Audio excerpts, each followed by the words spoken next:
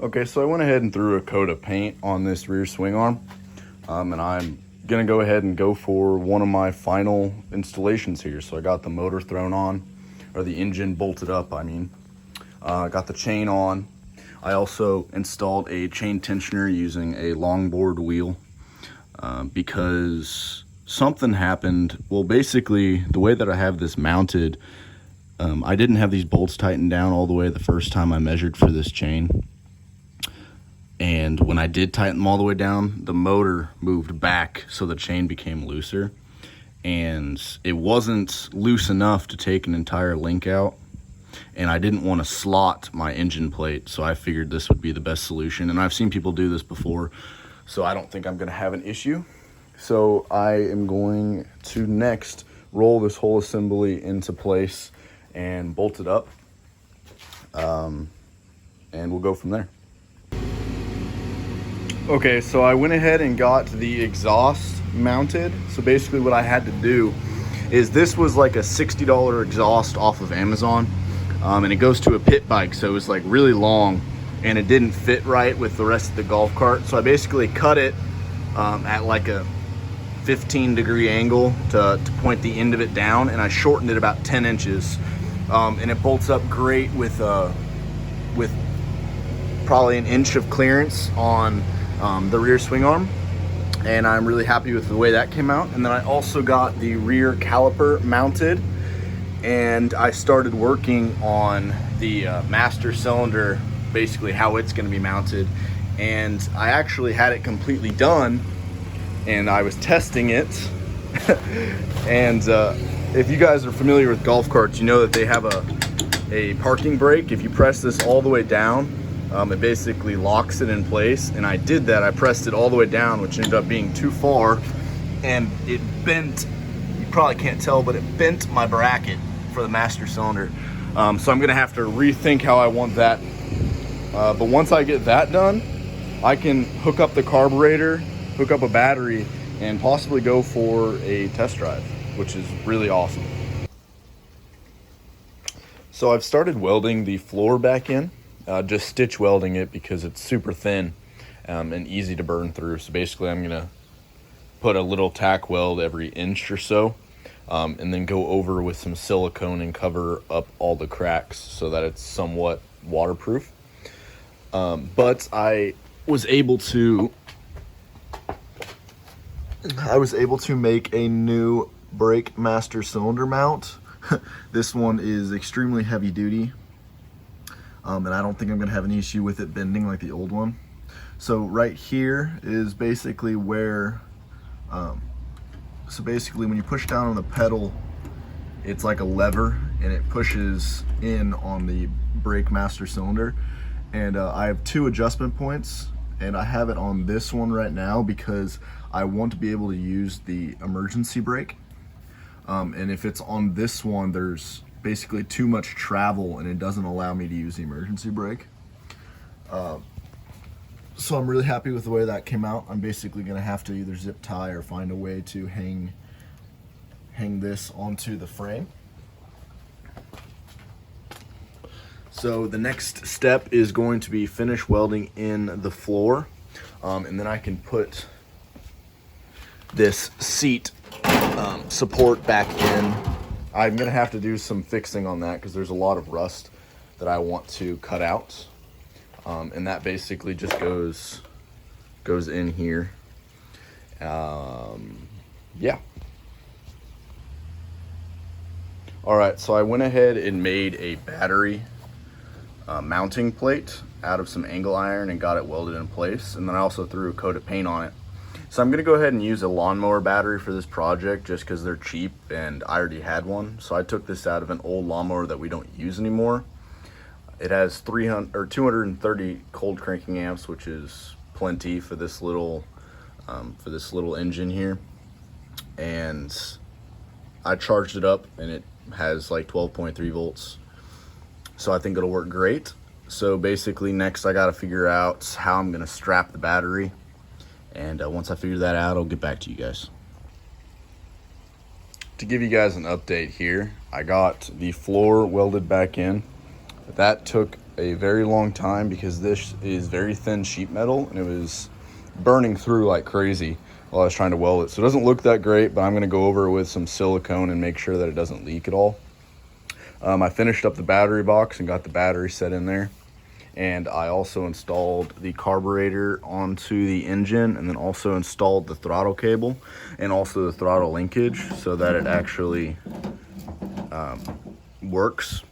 I'll go under and show you guys that in a minute. And I also have it set up where the parking brake still works, the stock golf cart parking brake, which I was very happy about. So we'll go ahead and go under and show you guys what I did for the linkage.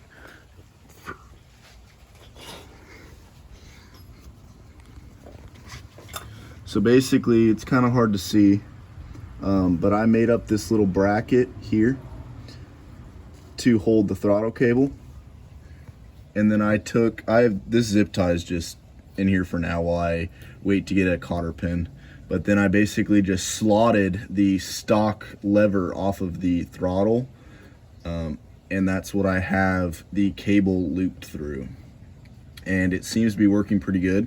I'm actually going to go ahead and install a return spring, just because this throttle is pretty heavy, the throttle pedal. So I'm going to go ahead and install a return spring probably from here to this bracket just so it helps it go back. So I was at a good stopping place for the night, so I started messing around with paint. So the new Jeep Wranglers come out with a really vibrant baby blue. So I want to do something similar to that. I think that'll look really good. So I didn't even sand, I just kind of did a light sanding so the paint would stick to this back cover just to see what this paint would look like. And this is just a satin, so there's no gloss to it, but I'm gonna go ahead and clear coat it. But I'm really liking this color. That bright blue I think is gonna look really good. I forgot to show you guys that I also readjusted the exhaust. So the way that I had the exhaust in the first place, it was aiming straight towards this back plastic piece. So I went ahead and cut it and angled it farther down. So now that it's aiming straight towards the ground. And I looked back at some of my old videos and I said that this exhaust cost $60 on Amazon, but it actually was more like $45 on Amazon if you guys were interested in that. So I started working on my shift linkage and I pretty much have it wrapped up and I'm really happy with it. So basically I just went to Home Depot and picked up some 1/2-inch conduit because it is extremely cheap. A 10-foot section is like $3. And I welded on a washer, and I don't really know what these are called, but it's like has a loop on the end of it, and it fits really, really snugly onto this rubber piece on the shifter.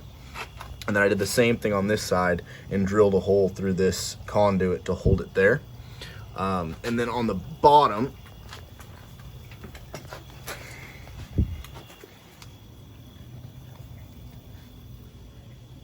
I just have a little bracket, really similar to what I did for the Brake Master cylinder, and it's just welded to the crossbar on the frame.